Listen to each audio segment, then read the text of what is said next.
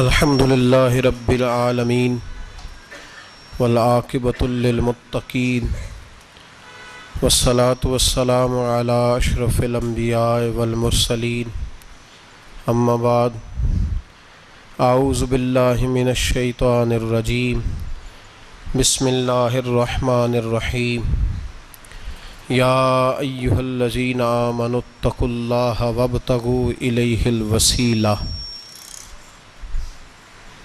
صدق اللہ العظیم وصدق رسولہ النبی الکریم ان اللہ وملائکتہ یصلون علی النبی یا ایہا الذین آمنوا صلوا علیہ وسلموا تسلیما الصلاۃ والسلام علیک یا سیدی یا رسول اللہ وعلی آلک واصحابک یا سیدی یا حبیب اللہ الصلاۃ والسلام علیک یا سیدی یا نبی اللہ وعلی آلک واصحابک یا سیدی یا نور اللہ اللہم صلی علی سیدنا و مولانا محمد معدن الجود والکرم وآلہ وصحبہ وبارک وسلم۔ تمام تعریفیں اللہ تبارک و تعالی جل مجدہ الکریم کے لیے، ہر قسم کے درود و سلام نبی رحمت سید عالم صلی اللہ تعالی علیہ وسلم کی ذات والا صفات کے لیے حمد و صلات کے بعد سورۃ المائدہ کی آیت نمبر 35، یہ قرآن مجید کا چھٹا پارہ ہے۔ اللہ تبارک و تعالی نے ارشاد فرمایا یا ایھا الذین آمنوا اتقوا اللہ، اے ایمان والو اللہ سے ڈرو، وابتغوا الیہ الوسیلہ، اور اس کے رستے میں کوئی وسیلہ تلاش کرو، اس کے رستے میں کوئی وسیلہ تلاش کرو، اور وسیلہ تلاش کرنے کے بعد کیا کرو؟ وجاہدوا فی سبیلہ، پھر اس کے رستے میں جد و جہد کرو، لعلکم تفلحون، اس امید پر کہ تم فلاح پا جاؤ۔ تین باتیں اللہ تبارک و تعالی نے کامیابی کے لیے ارشاد فرمائی۔ پھر سنیے، سورۃ المائدہ ہے، آیت نمبر 35 ہے، چھٹا پارہ۔ فرمایا اے ایمان والو اللہ سے ڈرو، ایک بات، اس کے رستے میں وسیلہ تلاش کرو، دو باتیں، پھر تیسرے نمبر پہ ارشاد فرمایا اب جد و جہد کرو، اب کوشش کرو اللہ کے رستے میں۔ ہوگا کیا کہ اللہ تمہیں کامیابی عطا فرمائے گا، تم فلاح پا جاؤ گے۔ وسیلہ اللہ تبارک و تعالیٰ کے قرب کو حاصل کرنے کے ذریعے کے نام کو کہتے ہیں۔ ایسی چیز جو اللہ کے قریب کر دے، اللہ کی رحمت کے قریب کر دے، اسے وسیلہ کہا جاتا ہے۔ ہر نیک عمل اللہ کے رستے میں وسیلہ ہے۔ نماز بھی وسیلہ ہے، رشتہ داروں سے اچھا سلوک کرنا بھی وسیلہ ہے، صلہ رحمی کرنا بھی وسیلہ ہے، صدقات و خیرات کرنا بھی وسیلہ ہے، سچ بولنا بھی وسیلہ ہے۔ اللہ تبارک و تعالیٰ کی رضا والا ہر کام کرنا وسیلہ ہے، فرض بھی وسیلہ ہے، نفل بھی وسیلہ ہے۔ اگر اعمال اللہ کی بارگاہ میں وسیلہ ہیں تو اللہ کے اولیاء بھی اللہ کی طرف وسیلہ ہیں، اہل بیت بھی وسیلہ ہیں، صحابہ بھی وسیلہ ہیں، اور رب کریم کی بارگاہ میں سب سے بڑا وسیلہ رسول پاک کی ذات والا صفات ہے۔ سب سے بڑا وسیلہ حضور کی ذات، سب سے بڑا وسیلہ ہے۔ سب سے بڑا وسیلہ اللہ تبارک و تعالیٰ کے محبوب کی ذات ہے۔ یاد رکھیے گا، مظفر وارسی کہا کرتے تھے کہ چلے نہ ایمان دو قدم بھی اگر تیرا ہم سفر نہ ٹھہرے۔ یا رسول اللہ، اگر آپ کو ساتھ نہ لوں تو میرے ایمان کی گاڑی دو قدم بھی نہیں چل سکتی۔ اور حضور قبر، حشر، آخرت تو وسیلہ علیحدہ چیز ہے نا۔ میں تو زندگی کے شب و روز گزارنے کے لیے آپ کا محتاج ہوں، آپ کے بغیر، آپ کی سنت و شریعت کے بغیر میری زندگی بھی نہیں گزرتی۔ کہنے لگے چلے نہ ایمان دو قدم بھی اگر تیرا ہم سفر نہ ٹھہرے، اور تیرا وسیلہ دیا نہ جائے تو زندگی معتبر نہ ٹھہرے۔ اور لبوں پہ ایاک نستعین ہے، پر میرا اس حقیقت پہ بھی یقین ہے، اگر تیرے واسطے سے مانگوں کوئی دعا بے اثر نہ ٹھہرے۔ نبی پاک بھی وسیلہ ہیں، نیک اعمال بھی وسیلہ ہیں۔ دو تین قسم کے گروہ پیدا ہو گئے ہیں امت مسلمہ میں۔ یہ وابتغوا الیہ الوسیلہ کے تحت شاہ ولی اللہ صاحب محدث دہلوی رحمۃ اللہ تعالیٰ علیہ جو امت مسلمہ کے متفقہ امام ہیں، تمام مسالک جن کا احترام کرتے ہیں، شاہ ولی اللہ صاحب نے لکھا ہے کہ وابتغوا الیہ الوسیلہ سے مراد یہ ہے کہ اللہ فرماتا ہے اکیلے نہ آ جانا، کسی مرشد کامل کا دامن تھام کے آنا، ایسے اکیلا نہ آ جانا کہ تیرا کوئی وارث ہی نہ ہو، کسی کا دامن تھام کے۔ اب 2-3 جماعتیں پیدا ہو گئیں، ایک سرے سے قائل ہی نہیں وسیلے کے، وہ کہتے ہیں جی نماز کا وسیلہ دے لو، روزے کا وسیلہ دے لو، حج کا وسیلہ دے لو، نبی پاک کا نہ دینا۔ وہ خدا کے بندو، نماز کا وسیلہ دینا درست ہے، میں نے شروع میں کہا کہ یہ بھی وسیلہ ہے، لیکن نماز پتہ نہیں قبول ہے کہ نہیں قبول۔ روزے کا وسیلہ دینا درست ہے پر پتہ نہیں وہ قبول ہے کہ نہیں۔ حج کا وسیلہ دینا حرج نہیں، دینا چاہیے، لیکن پتہ نہیں ہمارے حج ٹوٹے پھوٹے ہیں، قبول ہیں کہ اس رسول کا وسیلہ کیوں نہ دیں جو ہر حال میں اللہ کی بارگاہ میں قبول ہی ہے، ہر حال میں اللہ کی بارگاہ میں۔ بلکہ اعلیٰ حضرت فرماتے ہیں باخدا خدا کا یہی ہے در، نہیں اور کوئی مفر مکر، جو وہاں سے ہو یہیں آ کے ہو، جو یہاں نہیں تو وہاں نہیں۔ تو یاد رکھیے گا نبی پاک کا وسیلہ سب سے معتبر وسیلہ ہے۔ اب لوگ اس جھگڑے میں پڑ گئے اور جتنی تعلیم عام ہوتی جاتی ہے لوگ دروازہ رسول سے دور ہوتے چلے جا رہے ہیں، بجائے اس کے کہ محبت رسول بڑھتی، نبی پاک کا قرب بڑھتا، اور ہم بھی بادشاہ لوگ ہیں، جس مرضی کی بات ہم سننی شروع کر دیتے ہیں۔ اور خدا کے بندو سنو، زندگی نبی پاک کے بغیر نہیں گزر رہی تو قبر حشر میں حضور کے بغیر کامیابی کیسے ہوگی؟ یاد رکھیں اور سمجھیں اس بات کو، اور اپنے عقیدے کو پہاڑ سے زیادہ تگڑا بنائیں۔ اس میں کوئی شک نہیں کہ نیک اعمال بھی وسیلہ ہیں، پر بھائی مجھے تو اپنی نماز پر اعتبار نہیں، اس لیے کہ میں خلوص سے پڑھتا ہی نہیں۔ کئی جگہوں پہ کمی محسوس ہوتی ہے، کئی جگہوں پہ نقص محسوس ہوتے ہیں۔ روزے رکھے ہیں، ہمیشہ سے رکھ رہے ہیں، لیکن کوئی ایسا مان اور بھروسہ نہیں کہ بخشوائیں گے۔ حج اللہ تبارک و تعالیٰ توفیق دیتا ہے، ان لوگ جاتے ہیں، ہمیں بھی اللہ نے موقع دیا، ہم بھی گئے ہیں، دعا فرمائیں اللہ بار بار بلائے۔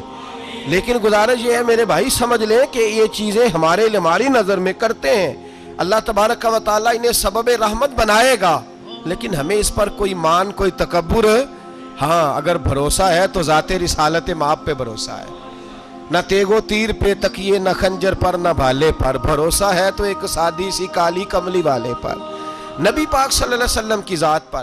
اب لوگ خشک زندگی گزارنا چاہتے ہیں، خشک سی نماز، اور بس جی بس نماز روزہ سیدھا کرو، یہ ہمیں کہاں لگایا جا رہا ہے۔ ہم خود بھی آگے نہیں جانا چاہتے، حالانکہ ہم نے وسیلے بنائے ہوئے ہیں۔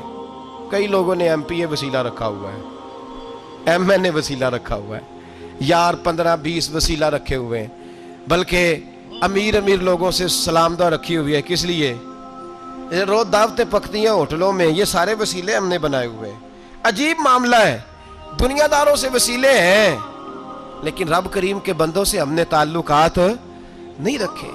مزارات پہ جانا، اولیاء کی بارگاہ میں جانا، رب کریم کے بندوں سے پیار کرنا، صحابہ سے محبت کرنا، اہل بیت سے پیار کرنا، نبی پاک پہ درود پڑھنا، دنیا داری کا ہمیں پتہ ہے ہم نے کیسے بیچ میں سے بچ کے نکلنا ہے، ہمیں کس چیز کی حاجت ہے، دعوت پہ بلانا ہے تو کس کو چھانٹی کر کے بلانا ہے، یہ سارا ہمیں پتہ ہے۔ جب شادی ولیمے کے اور سالگرہ کے اور عقیقے کے کارڈ لکھے جا رہے ہوتے ہیں تو پتہ ہوتا ہے اس کو رہنے دو، اس کو آنے دو، اس کو مس کر دو، اس کے بغیر گزارا نہیں۔ ان وسیلوں کا سارا پتہ ہے۔ اللہ رسول کے وسیلے کی بات آتی ہے تو ہم بھی فتویٰ پوچھنے چلے جاتے ہیں، ہم بھی تفصیلات پوچھتے ہیں، ادھر ادھر نہ جا۔ یاد رکھ بغیر مصطفیٰ کے تیرا کوئی کام نہیں چل سکتا، بغیر نبی پاک کے تیری زندگی گزر سکتی سوال ہی نہیں پیدا ہوتا۔ یہ وسیلہ ضائع نہ کر بیٹھنا، ایسے کسی کی بات میں نہ آ جانا۔ یہ ایمان ہے، یہ ایقان ہے، یہ لذت ہے، یہ حسن ہے، یہ سرمایہ ہے، کسی جگہ اس میں کوتاہی نہ کر لینا، ایک ذرہ برابر تیرے دل میں نقص نہ واقع ہو جائے۔ یاد رکھنا نیک اعمال بھی وسیلہ ہے۔ اللہ کرے کہ ہمارے عمل ایسے ہوں کہ اللہ کی بارگاہ میں قبول کیے جائیں، اللہ کرے کہ ہمارے عمل ایسے اعمال کا وسیلہ دینا 100% جائز ہے، اس میں کوئی گنجائش نہیں۔ حدیث پاک سنیے، میرے رسول پاک سید عالم صلی اللہ علیہ وسلم نے فرمایا بنی اسرائیل کے 3 لوگ تھے، نیک آدمی تھے، سفر پہ جا رہے تھے تو بارش تیز آ گئی، صحیح بخاری کی حدیث ہے، تیز بارش آئی، ایک غار میں پناہ لی بارش سے بچنے کے لیے۔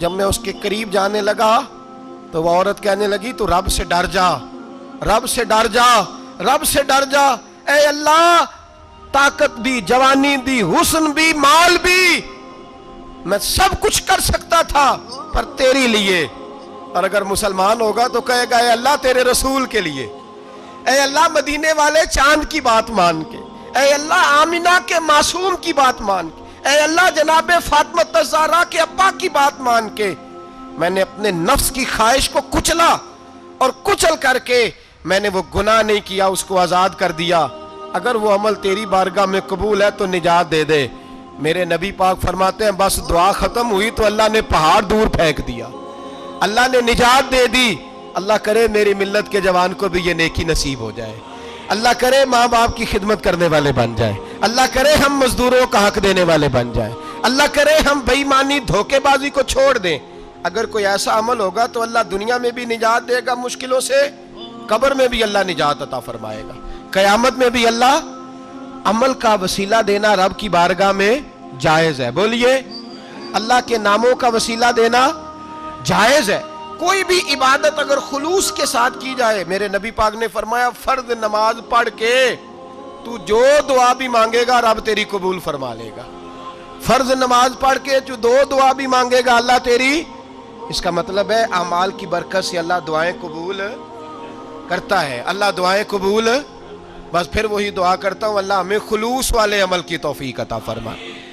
اچھا اگر یہ والا وسیلہ جائز ہے تو بتائیے نبی پاک کا وسیلہ جائز نہیں؟ عمل میں تو کوئی کوتاہی ہو سکتی ہے لیکن حضور کی وجاہت میں کوئی کوتاہی ہو سکتی، نبی پاک کی رحمت میں کوئی کمی ہو سکتی۔ ادھر سنو ایک پہلو ذرا گہرائی سے، ایک بات عقیدے کی اس کو یاد رکھنا، اللہ کو کوئی بندہ نا مجبور نہیں کر سکتا کہ ہم نے نبی پاک کو لا کے کھڑا کر دیا ہے تو اللہ مجبور نہیں ہو گیا، یہ سمجھ لیں۔ اللہ مجبور ہے، ایک مجبور ہوتا ہے، ایک پیار ہوتا ہے، ان دونوں چیزوں میں اللہ کو اپنے رسول سے پیار ہے۔ نبی پاک فرماتے ہیں میں دعا کرنے گیا اے اللہ میری امت پہ قحط نہ آئے، اللہ نے فرمایا حبیب نہیں آئے گا۔ اے اللہ میری امت کے چہرے نہ بدلیں، گناہ کریں تو مسخ نہ ہو، حبیب نہیں بدلیں گے۔ حضور فرماتے ہیں میں نے ہاتھ اٹھایا کہ اللہ یہ آپس میں لڑے نہ، توجہ کرنا جملوں پہ، اے اللہ یہ آپس میں لڑے نہ۔ اللہ یہ بھی کہہ سکتا تھا حبیب یہ نہیں قبول کرنی دعا، اللہ بے نیاز ہے نا، چاہے قبول کرے اور چاہے، توجہ کرو غور کرو بات پہ، اللہ چاہے تو قبول کرے چاہے تو، اے اللہ میری امت لڑے نہ، تو یہ نہیں فرمایا حبیب قبول نہیں کرتا، کہ محبوب یہ دعا مجھ سے مانگ ہی نہ، اے حبیب تو دعا مانگ، تو مانگے میں قبول نہ کروں، یہ ہو نہیں سکتا، اس طرح کر یہ دعا مجھ سے۔ نبی پاک نے منافقین کے لیے دعا کرنی چاہیے کہ اے اللہ، اے مولا تو مہربانی فرما، اے اللہ کرم فرما، منافقین کو بھی بخش دے۔ تو میرے رسول پاک علیہ السلام فرماتے ہیں رب کریم نے مجھے منع کیا، اے محبوب یہ والی دعا، یہ دعا ہی نہ مانگ، یہ دعا اللہ کو کوئی مجبور کر سکتا، لیکن اگر اللہ پیار کرے تو بھائی دنیا داری کا چودھری صاحب کا، مولوی صاحب کا، پیر صاحب کا ایک عام مشہور مقولہ ہے، فلاں بندہ آ گیا تھا اس کو میں انکار نہیں کر سکتا تھا، کیوں جی وہ بندوق لے کے آیا تھا، کر دینا تھا انکار۔ فلاں آدمی آ گیا تھا پھر میں اس کو انکار، اور فلاں بندے کو ساتھ لے آیا تھا اس کو انکار ہو سکتا، کیوں جی؟ دو باتیں ہوتی ہیں، یا پیار بڑا ہے یا عزت بڑی ہے، دو ہی باتیں ہیں، یا میں اس سے پیار بڑا کرتا ہوں یا میں اس کی۔ اللہ اپنے نبی سے پیار بھی بڑا کرتا ہے اور اپنے نبی کی عزت بھی بڑی فرماتا ہے، بس یہ سمجھ لے بات۔ وسیلے کا معنی یہ ہے کہ اللہ اپنے نبی سے پیار کرتا ہے، اپنے محبوب کو اللہ بڑی عزت عطا فرماتا ہے۔ نبی پاک سید عالم صلی اللہ علیہ وسلم کے وسیلے کا یہ حال تھا کہ صحابہ ہر کام کے لیے دروازہ رسول پہ پہنچ جاتے تھے، پیاس لگی تو حضور کے پاس، بھوک لگی تو نبی پاک کے پاس، حضرت ابو ہریرہ کو حافظہ چاہیے تو نبی پاک کے پاس، کسی کو اولاد کی ضرورت ہے تو وہ رسول پاک کے پاس، کسی کو طاقت کی ضرورت ہے تو وہ بھی نبی پاک کے پاس، ہر آدمی جاتا تھا، انہیں پتا تھا دیتا خدا ہی ہے پر وسیلہ مصطفیٰ دیتا ہے صلی اللہ علیہ۔ اور حضور نے فرمایا انما انا قاسم، بخاری مسلم ہے، فرمایا میں تو بانٹنے والا ہوں، میں قاسم ہوں، میں قاسم ہوں، واللہ یؤتی، ہاں عطا کرنے والا اللہ ہے، میں قاسم ہوں اور دینے والا اللہ ہے۔ صحابہ ہمیشہ نبی پاک کے واسطے سے دعا مانگتے، انہیں پتا تھا اگر تیرے واسطے سے مانگوں تو کوئی دعا بے اثر نہ ٹھہرے۔ ترمذی شریف، ابن ماجہ، دیگر تمام کتب میں امام احمد نے اپنی مسند میں نقل کیا، حضرت عثمان ابن حنیف کہتے ہیں میں نبی پاک کے پاس بیٹھا تھا تو ایک نابینا صحابی آئے، عرض کرنے لگے یا رسول اللہ صلی اللہ علیہ وسلم میں نابینا ہوں، میرے لیے دعا کریں، اللہ مجھے آنکھیں عطا فرمائے، دعا کریں۔ اب حضور نے پتہ کیا کہا؟ نبی پاک نے فرمایا دو باتیں ہیں، یا تو صبر کر لے یا میں دعا کر دیتا ہوں، صبر کرے گا تو اللہ جنت دے گا، یا تو صبر کر لے یا میں۔ صحابی بڑے پیارے تھے، کہنے لگے یا رسول اللہ جنت تو اللہ اپنے فضل سے دے گا ہی، میں نے نہیں صبر کرنا، مجھے آنکھیں چاہیے، اور پھر یہاں آ کے صبر کروں، این خزانے کے پاس جا کے صبر کروں؟ حضور میں نہیں صبر کرتا، آپ دعا کریں۔ نبی پاک نے دعا سکھائی، فرمایا دو نفل پڑھ جا کے اور دو نفل پڑھ کے میرے وسیلے سے دعا کر۔ کیا کر؟ اللہ سے کہہ کہ اے اللہ میں تیرے پاس تیرے رسول کا وسیلہ لے کے آیا ہوں، اور پھر کہنا یا محمد انی توجہت علیک، کہنا ہے محمد صلی اللہ علیہ وسلم میں آپ کے وسیلے سے اللہ کی بارگاہ میں حاضر ہوں، اور پھر اللہ سے کہنا کہ اے اللہ تو اپنے نبی کی سفارش میرے حق میں قبول فرما۔ کون سکھا رہا ہے؟ بولیے کس کو؟ بولیے۔ کہا جا میرے وسیلے سے جا کے دعا کر۔ حضرت عثمان کہتے ہیں وہ چلے گئے، دو نفل پڑھے، حضور کے وسیلے سے دعا مانگی۔ فرماتے ہیں وہ چلے گئے پر ہم کوئی نہیں گئے۔ آپ کیوں نہیں گئے؟ تو صحابہ کا نظریہ بتاتا ہے کہ وہ گئے اس لیے نہیں کہ ہم حضور کا معجزہ دیکھ کے ہی جائیں گے، کہتے ہیں ہم گئے نہیں۔ تھوڑی دیر گزری تو وہ صحابی جو اندھے گئے تھے جب واپس آئے ہیں تو اللہ نے انہیں آنکھیں عطا فرما دی۔ گئے تھے تو نابینا تھے، آئے تو بینا ہے۔ میرے نبی پاک صلی اللہ علیہ وسلم کا توسل، حضور کا وسیلہ خود حضور نے سکھایا ہے، خود نبی پاک نے، اور صحابہ کرام علیہم رضوان اس مزاج پر پورے عامل تھے۔ حضرت عمر فاروق صحابہ میں ایک دانشور شخصیت کا نام ہے، علم کے لحاظ سے، عمل کے لحاظ سے، بصیرت کے لحاظ سے، تقوی کے لحاظ سے ایک بڑی انفرادی اور منفرد شخصیت ہے۔ حضرت عمر کے زمانے میں قحط پڑ گیا، بارش نہیں ہوتی، حالات بڑے دگرگوں ہیں، پریشانی ہے۔ لوگ سیدنا فاروق اعظم سے پوچھتے ہیں حضور اب کیا بنے گا؟ جو میں نے پہلے حدیث آپ کی خدمت میں عرض کی وہ ترمذی اور ابن ماجہ سے، اب جو حضرت عمر کی روایت عرض کر رہا ہوں یہ صحیح بخاری میں موجود ہے۔ حضرت عمر فاروق رضی اللہ تعالیٰ عنہ کا زمانہ مبارکہ، قلت آ گئی، قحط آ گیا، بارش شدید ہے، صحابہ پریشان ہے۔ جناب عمر فاروق رضی اللہ تعالیٰ عنہ سے کہتے ہیں حضور کرنا کیا ہے؟ حضرت عمر پہلے تو خاموش رہے، پھر حضور کے چچا جناب عباس کو بلایا، کوئی بات نہیں کی، جناب عباس کا بازو پکڑا اور کھلے میدان میں لے گئے۔ حضرت عمر دعا کرتے ہیں اور پوری امت کو دعا کا طریقہ بتلاتے ہیں۔ حضرت عمر کہتے ہیں اگر قبول کرانی ہے تو یہ طریقہ اختیار کرو، اگر اللہ کی بارگاہ میں دعاؤں کو مستجاب کرانا ہے تو یہ رنگ ہے جو امت مسلمہ کو میں سکھا رہا ہوں۔ حضرت عمر نے جناب سیدنا عباس رضی اللہ تعالیٰ عنہ کو کھڑا کیا سامنے اور دعا فرمائی، اللہم انا نتوسل الیک بنبیک، اے اللہ ہم تیری بارگاہ میں تیرے نبی کے وسیلے سے دعا کرتے ہیں، فتسقینا، ہمیں بارش عطا فرما۔ ہمیں کس کے وسیلے سے؟ حضور۔ اور پھر کہا اللہم انا نتوسلک بام نبیک، اے اللہ ہم نے اپنے نبی کے چچا کے وسیلے سے بارش عطا فرما، اے اللہ ہمیں اپنے رسول کے چچا کے وسیلے سے، حضرت عباس کے وسیلے سے بارش دے۔ صحابہ کہتے ہیں جب ہم گئے تھے دعا مانگنے تو خشک سالی تھی، اور جب گھروں کو آ رہے تھے تو ہمارے کپڑے بارش سے بھیگ چکے تھے۔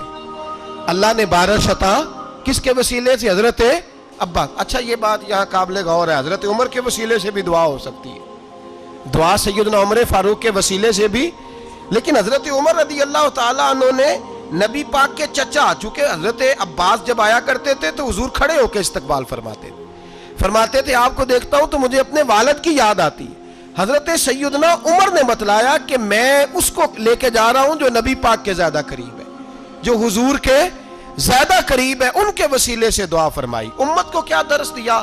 فرمایا جو بھی حضور کے قریب ہو اس کے وسیلے سے دعا کرو، اللہ تمہیں آسانیاں نصیب فرمائے گا۔ اب ہمارا حال یہ ہے، انتشار ہی انتشار ہے، اختلاف شک کی شک ہے، پریشانی واضح حدیثیں موجود ہیں۔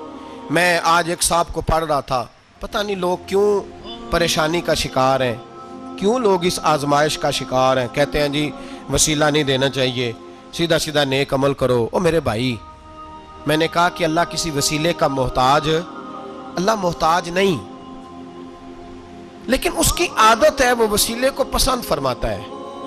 باریک بات مشکل ہوتی ہے لیکن موٹی بات تو سمجھ میں آنی چاہیے نا۔ کوئی شخص ایسا ہے جسے اللہ نے بغیر ماں باپ کے وسیلے کے پیدا کر دیا ہو، حالانکہ اللہ پیدا کرنے پہ قادر حضرت آدم کو کیا ہے نا، حضرت حوا کو، جناب عیسیٰ علیہ السلام کو بغیر باپ کے پیدا، لیکن یہ اس کی عادت، وہ جب پیدا کرتا ہے تو ماں باپ کے وسیلے سے پیدا کرتا ہے، پھر جب روزی دیتا ہے تو پھر بھی کسی نہ کسی، کیا اس نے حکم دے دیا؟ روزی کون دیتا ہے؟ تو اللہ کا یہ حکم ہے کہ کنڈی لگا کے اندر پنکھا چلا کے سوئے رہو، روزی پہنچ جائے گی۔ کہتا اٹھ، کوئی سبب پیدا کر، باہر نکل، محنت کر، وسیلہ بنا۔ جو آدمی کہتا ہے جی میں کپڑے سی بھی خود لیتا ہوں، استری بھی کر لیتا ہوں، دھو بھی لیتا ہوں، اس سے سوال یہ ہے کہ بنا بھی لیتے ہو؟ اس کا مطلب ہے اللہ نے بندوں کو بندوں کا محتاج، بندوں کے لیے بندوں کا وسیلہ اللہ نے رکھا ہے۔ ہماری یہ موٹی سی بات بھی عقل میں نہیں آتی، موٹی سی بات بھی کہتا ہے جی نہیں ڈائریکٹ، او خدا کے بندے تھوڑا غور کر، دیتا اللہ ہی ہے اور دے گا بھی اللہ ہی، لیکن جو ذرائع، جو وسیلے، جو سبب اللہ نے ہمارے لیے مقرر کیے ہیں، ہم اس سبب کا انکار کر سکتے؟ شفا کون دیتا ہے؟ دوائی لینے کس کے پاس جاتے ہو؟ آپ اس طرح کریں نا، چپ کر کے گھر بیٹھیں، تسبیح پڑھیں، یا شافی الامراض، یا شافی الامراض، او شفا دینے والے، او شفا دینے والے، سارا دن جی وظیفہ پڑھیں، شفا کون دے گا؟ تو وظیفہ پڑھو چپ کر کے، دوائی لینے کیوں گئے ہو؟ لیکن اللہ کے حبیب کا ہی فرمان ہے کہ بیمار ہو جاؤ تو دوائی بھی کھاؤ، پرہیز بھی کرو۔ یہ سارے فرمان ہمیں بتاتے ہیں کہ وسیلہ لینا، وسیلہ دینا، یہ تو اللہ تبارک و تعالیٰ کا طریقہ مبارکہ ہے۔ لوگ اتنی سی بات کو نہیں سمجھتے، اور قرآن نے واضح طور پہ کہہ دیا وَابْتَغُوا إِلَيْهِ الْوَسِيلَةَ، اور سورہ بقرہ گھر جا کے کھولنا، آیت نمبر 99، 80 اور 9، 99 آیت پڑھنا۔ کفار نے، یہودیوں نے نبی پاک کی علامتیں پڑھ لی تھی تورات، زبور اور انجیل میں۔ اللہ کا قرآن کہتا ہے وَكَانُوا مِن قَبْلُ يَسْتَفْتِحُونَ عَلَى الَّذِينَ كَفَرُوا، فرمایا جب میرے نبی نہیں آئے تھے تو یہ یہودی میرے رسول کے وسیلے سے اللہ سے فتح مانگا کرتے تھے، اور جب یہ رسول کا وسیلہ دیتے تھے تو اللہ انہیں فتح عطا فرماتا تھا۔ امام حاکم نے مستدرک میں لکھا ہے، اور امام حاکم انہی شرطوں پر حدیثیں بیان کرتے ہیں جن شرطوں پر امام بخاری اور مسلم بیان کرتے ہیں۔ امام حاکم کہتے ہیں کہ نبی پاک صلی اللہ تعالی علیہ وآلہ وسلم کے وسیلے سے ہر چیز اللہ عطا کرتا ہے۔ جناب آدم علیہ السلام زمین پہ تشریف لائے تو 300 سال نگاہ اٹھا کے آسمان کی طرف نہیں دیکھا، شرم آتی ہے مجھ سے غلطی ہو گئی، اور پھر روتے رہے 300 سال۔ پھر اللہ فرماتے فَتَلَقَّى آدَمُ مِن رَبِّهِ کلمات، پھر اللہ نے جناب آدم کو کچھ کلمے سکھائے جس کی برکت سے توبہ قبول کی۔ وہ کلمے کیا تھے؟ امام حاکم فرماتے ہیں وہ کلمے یہ تھے کہ جناب آدم کے دل میں اللہ نے ایک دن بات ڈالی، خود بات ڈالی اللہ نے دل میں۔ حضرت آدم کہنے لگے اے اللہ، جب میں نے آنکھ کھول لی تھی تو جنت کے دروازے پہ میں نے لکھا ہوا دیکھا تھا لا الہ الا اللہ محمد الرسول اللہ صلی اللہ علیہ، جنت کے ہر پتے پر، درخت پر میں نے لکھا دیکھا تھا لا الہ الا اللہ محمد الرسول اللہ۔ تو جناب آدم کہنے لگے اے اللہ، وہ جو رسول جن کا نام تو نے جگہ جگہ لکھا ہے ان کے وسیلے سے ہی میری توبہ قبول فرما۔ تو رب کریم نے فرمایا اچھا حبیب کی بات کرتے ہو، چلو آدم فتاب علیہ انہ هو التواب الرحیم، جا میں نے تیری توبہ قبول کی، میں ہوئی بڑا مہربان، میں ہوئی بڑی توبہ قبول کرنے والا۔ شیخ سعدی فرمایا کرتے تھے اگر تیرے باپ کی توبہ، جناب آدم کی توبہ مصطفیٰ کے وسیلے سے قبول ہوتی ہے تو کیوں انکاری ہو گیا ہے؟ تو کیوں انکاری ہو گیا؟ کیوں نہیں حضور کا وسیلہ مانگتا؟ میرے نبی پاک سید عالم صلی اللہ تعالی علیہ، لوگ بڑی ڈھٹائی سے انکار کرتے ہیں، بڑی دلیری سے انکار کرتے ہیں۔ او خدا کے بندو، یہ وسیلہ تو بڑا ضروری ہے، یہ وسیلہ تو بڑا قیمتی ہے۔ میرے نبی پاک صلی اللہ تعالی علیہ وآلہ وسلم نے خود یہ وسیلہ سکھایا۔ صحابہ اس کے قائل تھے۔ حضرت عائشہ صدیقہ کے پاس لوگ آئے، آ کے عرض کیا، اے اماں جی بارش نہیں ہوتی، قحط پڑ گیا ہے۔ اس بات کو نا ذرا دل کی گہرائیوں سے سننا۔ مسجد نبوی ہے، مسجد نبوی کے ساتھ ادھر دیکھیے گا ذرا، یہ مسجد ہے، مسجد کے ساتھ حضور کی قبر ہے، ساتھ حضرت عائشہ کا حجرہ ہے، پہلے حضرت عائشہ پھر حضور کا روزہ، پھر آگے بولتے جائیے آگے کیا ہے؟ چاہیے تھا نا سیدھے مسجد جاتے، حضرت عائشہ کے پاس آئے۔ توجہ کرنا میری بات۔ کہ اماں جی بارش نہیں ہوتی، کیا کریں؟ اماں جی نے مسجد نہیں بھیجا، کہنے لگی اس طرح کرو، حضور کے دروازے پہ جاؤ اور جا کے نا نبی پاک جہاں دفن ہے وہاں تھوڑی سی نا جو حضور کے سر والی جگہ ہے نا قبر پہ، وہ چھت تھوڑی سی کھول دو، چھت کھول دو۔ صحابہ کہتے ہم گئے جہاں حضور کی قبر انور تھی، حضور آرام فرماتے، سرانے والی سائڈ سے تھوڑی سی چھت کھولی، ابھی کھولی تھی اللہ نے فوراً بارش عطا فرما دی، فوراً۔ کہتے ہیں جب بارش ہوئی تو ہم مسجد میں شکرانے کے نفل پڑھنے چلے گئے، حضرت عائشہ کے وسیلے پہ، روضہ رسول پہ، اور روضہ رسول کے وسیلے سے اللہ کی یہ طریقہ تو ہمیں صحابہ سکھا رہے ہیں۔ با خدا خدا کا یہی ہے در، نہیں اور کوئی مفر مکر، جو وہاں سے ہو یہیں آ کے ہو، جو یہاں نہیں تو وہاں نہیں۔ صحابہ تو دروازہ رسول پہ جا رہے ہیں، ایک بار نہیں بار بار جا رہے ہیں، تو اکڑ کے پھر رہا ہے، اکڑ کے پھر رہا ہے۔ بڑی ضروری ہے یہ بات کرنی، بڑی ضروری، اور یہ بات آپ کے لیے سیکھنی۔ ذرا غور کریں، شیطان کی غلطی کیا ہے پتہ ہے آپ کو؟ اللہ کو نہیں مانتا تھا۔ شیطان کی غلطی کیا تھی؟ بولیں کس کو؟ ہے لا الہ الا اللہ کو نہیں مانتا تھا، اللہ کو نہیں مانتا تھا۔ نہیں تو انہیں پتہ ہی نہیں نا اس گل دا، اور میں تو انہیں اگر پوچھا نا آج دی خبر کی یہ تازی، تو انہیں پتہ ہے۔ اور بھائی اس کو بھی سمجھیں، یہ عقیدہ ہے، یہ ایمان ہے، میری منت ہے، اس کو سمجھ لو، یہ کام آئے گا۔